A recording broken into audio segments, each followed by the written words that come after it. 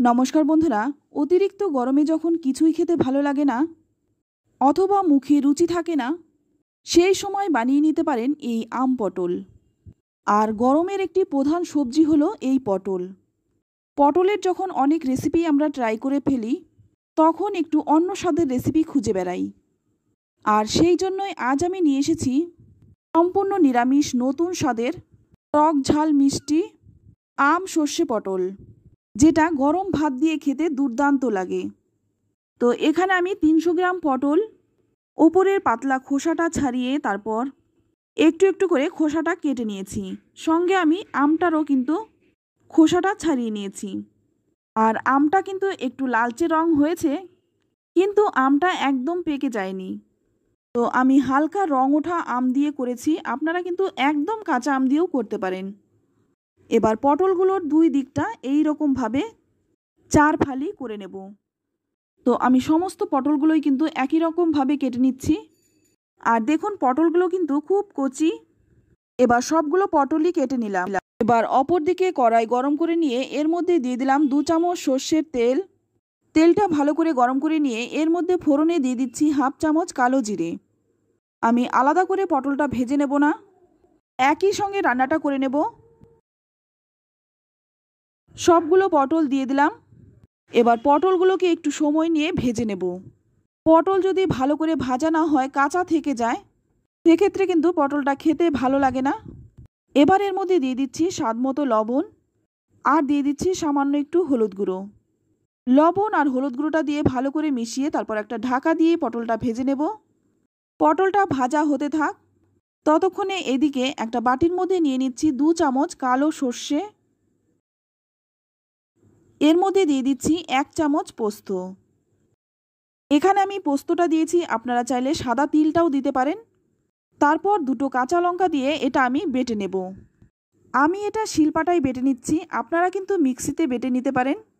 পরিমাণে অল্প বলে আমি শিলে বেটে নিলাম। তো বেটে নিলাম দেখুন। এবার আমটা দেখুন, একটা ছোট কুড়ুনি দিয়ে আমটাকে প্রথমে আমি কুড়ে নিচ্ছি। এই রকম আম দিয়ে করলেই কিন্তু বেশি ভালো লাগে। তো সম্পূর্ণ আমটাই কিন্তু কুড়ে নেব। আমি যে পরিমাণে পটল নিয়েছি তাতে করে একটা আমি কিন্তু যথেষ্ট। আমটা কিন্তু খুব বেশি টক না, আবার কিন্তু খুব মিষ্টিও না, তবে টকের ভাবটাই বেশি। আপনারা কিন্তু এইভাবে কুড়িয়েও আমটা দিতে পারেন, তবে আমি এখানে একটু হালকা করে বেটে নেব। তবে চাইলে আপনারা না বেটেও দিতে পারেন। আমটা তো বেটে নিলাম। এদিকে দেখুন পটলটাও কিন্তু ভালো করে ভাজা হয়ে গেছে। মাঝে মধ্যে ঢাকনাটা খুলে আমি একটু নেড়েচেড়ে দিয়েছিলাম, তাই পটলগুলো কিন্তু খুব ভালো করে ভাজা হয়ে গেছে। এবার এর মধ্যে দিয়ে দিচ্ছি বেটে রাখা সর্ষেটা। সর্ষেটা দিয়ে আমি প্রথমে ভালো করে একটু কষিয়ে নেব। 2-3 মিনিট সময় নিয়ে কিন্তু সর্ষেটাকে ভালো করে কষিয়ে নিলাম। এবার এখানে দিয়ে দিচ্ছি 1/2 চামচ লঙ্কার গুঁড়ো। তবে ঝালের জন্য কিন্তু কাঁচা লঙ্কা দিয়েছি, তাই কালারের জন্য দিয়ে দিলাম সামান্য একটু কাশ্মীরি লঙ্কার গুঁড়ো। লঙ্কার গুঁড়োটা দিয়ে খুব ভালো করে একটু মিশিয়ে নেব।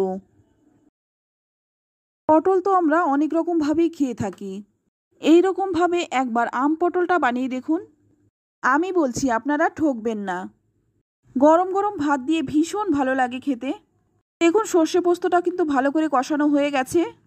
এবার এখানে দিয়ে দিচ্ছি বেটে রাখা আমটা। আর এটা কিন্তু খেতে টক ঝাল মিষ্টি হয়, ভীষণই ভালো হয় খেতে। আপনারা যদি এইভাবে না খেয়ে থাকেন, একবার বানিয়ে খেয়ে দেখুন।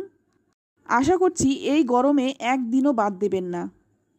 তো এখানে আমার একটু সামান্য লবণ কম মনে হচ্ছে, তাই আমি একটু লবণ দিয়ে দিলাম। তবে লবণটা কিন্তু একটু বুঝে দেবেন, যে কোনো রান্নায় লবণ বেশি হলে কিন্তু ভালো লাগে না। তো আমটা দিয়েও কিন্তু 2-3 মিনিট ভালো করে কষিয়ে নিলাম। তো দেখে বুঝতেই পারছেন কষানোটা কিন্তু খুব ভালো করে হয়ে গেছে।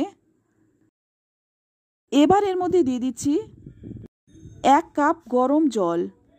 তো আপনারা যদি একটু শুকনো খেতে চান, সেক্ষেত্রে কিন্তু জলটা একটু কমিয়ে দেবেন বা নাও দিতে পারেন। এবারে এখানে দিয়ে দিলাম 1 চামচ চিনি। চিনিটা কিন্তু অবশ্যই দেবেন, যেহেতু আম দেওয়া হয়েছে তাই চিনিটা কিন্তু অবশ্যই দিতে হবে। তো দেখুন নাড়তে নাড়তে জলটা কিন্তু অনেকটাই শুকিয়ে গেছে। এবার এর মধ্যে দিয়ে দিচ্ছি 3টে চেরা কাঁচা লঙ্কা। লঙ্কাটা দিয়েও কিন্তু ভালো করে একটু মিশিয়ে নেব। তো ঝালটা কিন্তু নিজেদের স্বাদ অনুযায়ী দেবেন। একটু মিশিয়ে নিয়ে তারপর একটা ঢাকনা দিয়ে গ্যাসের আঁচটা কমিয়ে দিয়ে 5 মিনিট ঢেকে রেখে দেব।